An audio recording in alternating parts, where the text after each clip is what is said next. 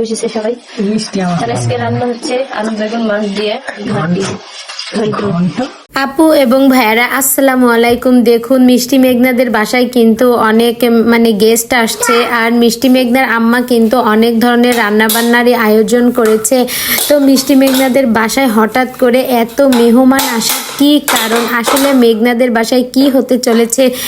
এখন কিন্তু সোশ্যাল মিডিয়ায় সবার মুখে একটাই প্রশ্ন যে মিষ্টি মেঘনা হুট করে শ্বশুর বাড়ি থেকে বাবার বাড়ি কেন গেল? মিষ্টি মেঘনার আসলে সেখানে কি দরকার? সবার কিন্তু এই একটাই প্রশ্ন। তো সবারই যখন একটা প্রশ্ন আছে, তখন এই প্রশ্নটা আমারও কিন্তু আছে যে মিষ্টি মেঘনা হুট করে তাদের বাবার বাড়ি কেন গেল।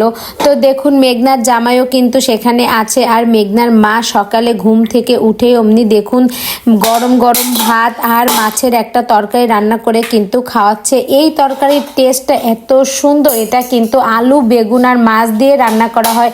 তো অনেকেরই আছে কিন্তু আলু বেগুন মাছের তরকারিটা খুবই পছন্দের, আমারও খুবই ভালো লাগে। তো বন্ধুরা দেখুন, আর কাঠের চুলার রান্নার যে স্বাদ এত দারুণ হয় সেটা কি বলবো।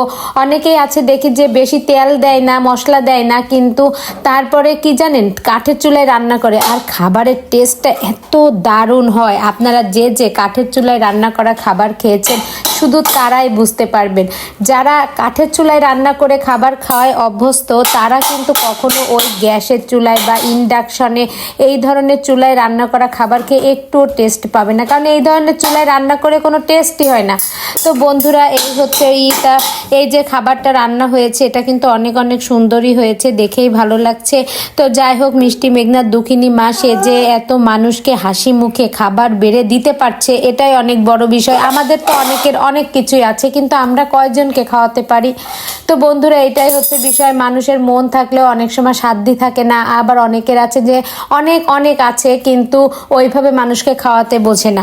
তো এটাই হচ্ছে বিষয়। তো বন্ধুরা মিষ্টি মেঘনার হঠাৎ করে এই বাবার বাড়ি যাওয়ার কি কারণ আপনারা যদি জেনে থাকেন তাহলে প্লিজ একটু কমেন্ট করে জানাবেন।